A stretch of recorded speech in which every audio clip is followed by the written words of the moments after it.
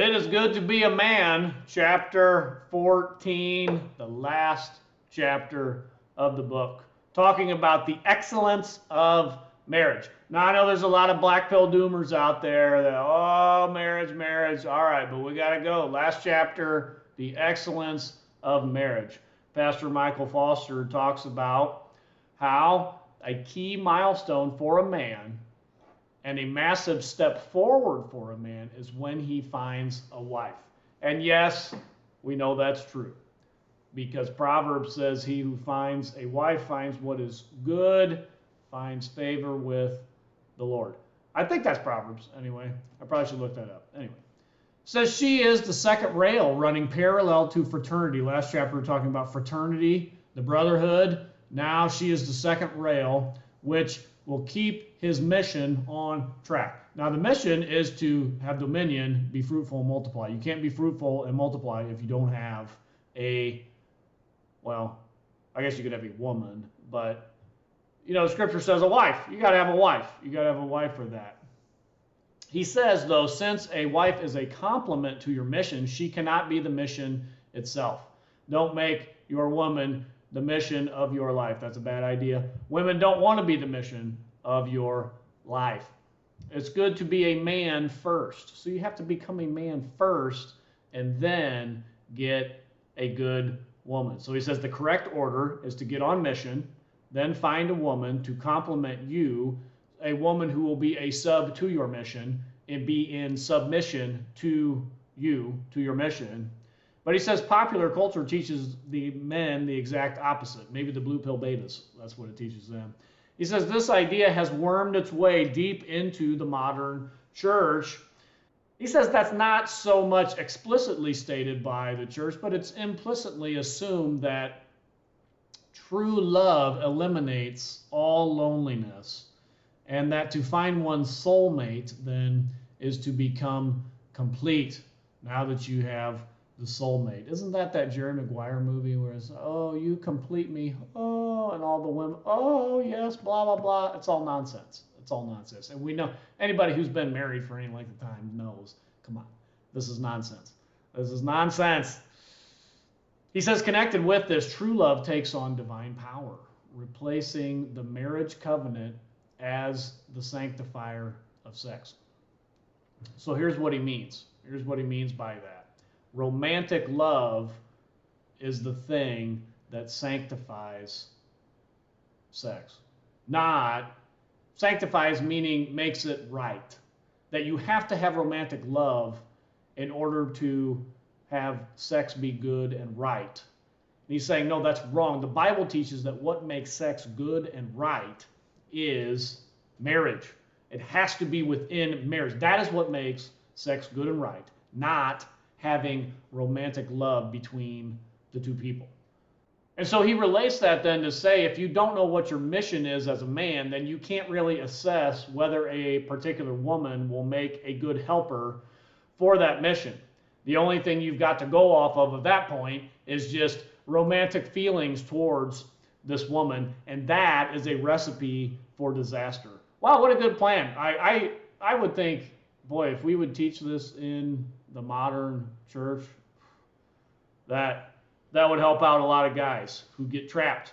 He says, do not be harnessed, pacified, or destroyed by romantic love stealing your affections. He says, rather build yourself up and start working to exercise dominion over yourself and your world, and then it will be fitting for you to take a wife and bring her into your mission, that she can be in submission too. What a good plan. Now he says, don't be a black pill doomer saying the common phrase, all women are like that. He says that vilifies women, and that's not right. I agree. Don't refuse to endorse marriage because of the probability of a negative outcome. And I think if we're honest, the probability is pretty darn high. It's pretty high out there right now, currently in 2024. It's pretty high. But he says Scripture affirms that the only reason it's possible for women to be so appalling, so worthy of contempt, the cause of such bitterness, and the bringing of such ill repute on women in general, is because God made them to be the glory of man. the very pinnacle of creation. And such glorious women, though, really do exist. Proverbs 31 says, "The noble wife who can find, she is more rare than rubies." So even way, way back in the Bible days, finding a good wife was more rare than rubies. And it's the same today. Same today. And so again, he says, don't think that there's one perfect soulmate out there for you that you must find. And putting this woman on a pedestal, that will destroy your life. No, there's plenty of women out there. No, you're on mission, and you need one to be in submission to that mission, whatever it is. Get her on board with that mission before you get married. Now, he also talks about how Proverbs says that a foolish woman, a bad woman, a woman you want to avoid, she, in her folly, tears down her own house with her own hands. With her own hands. Avoid those kinds of women. Don't marry those kinds of women. There's plenty of those around. We all know. We see them. I see them out there every day. Avoid those kinds of women. Actually, that's in Proverbs chapter 14. He names that. He says, "What of my son, and what of my son's womb? O son of my vows, do not give your strength to women, or your ways to that which destroys kings." And he says that's not a warning against giving your strength to a woman. That's a warning against giving your strength to women in general, being a womanizer. That will take you off your mission and put you on Satan's mission, really, just to be a womanizing fool. So in this verse, the caution is against this boy or this young man letting the powerful instinct of his sex drive, or letting his sex drive him to give his strength to any woman. He says, no, you need to find the right woman.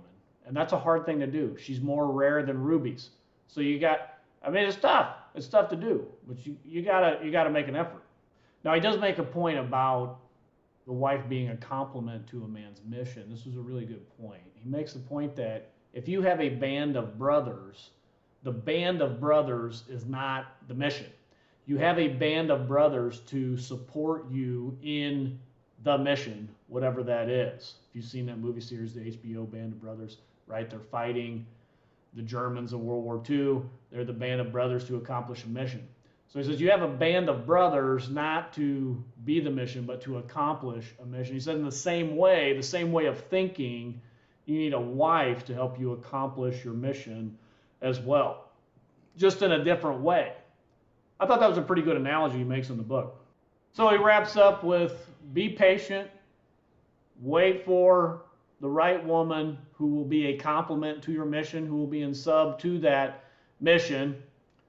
Don't be harnessed and pacified and destroyed by the wrong women. And we've got just libraries full of men who have been destroyed by the wrong women. It's a crucial choice.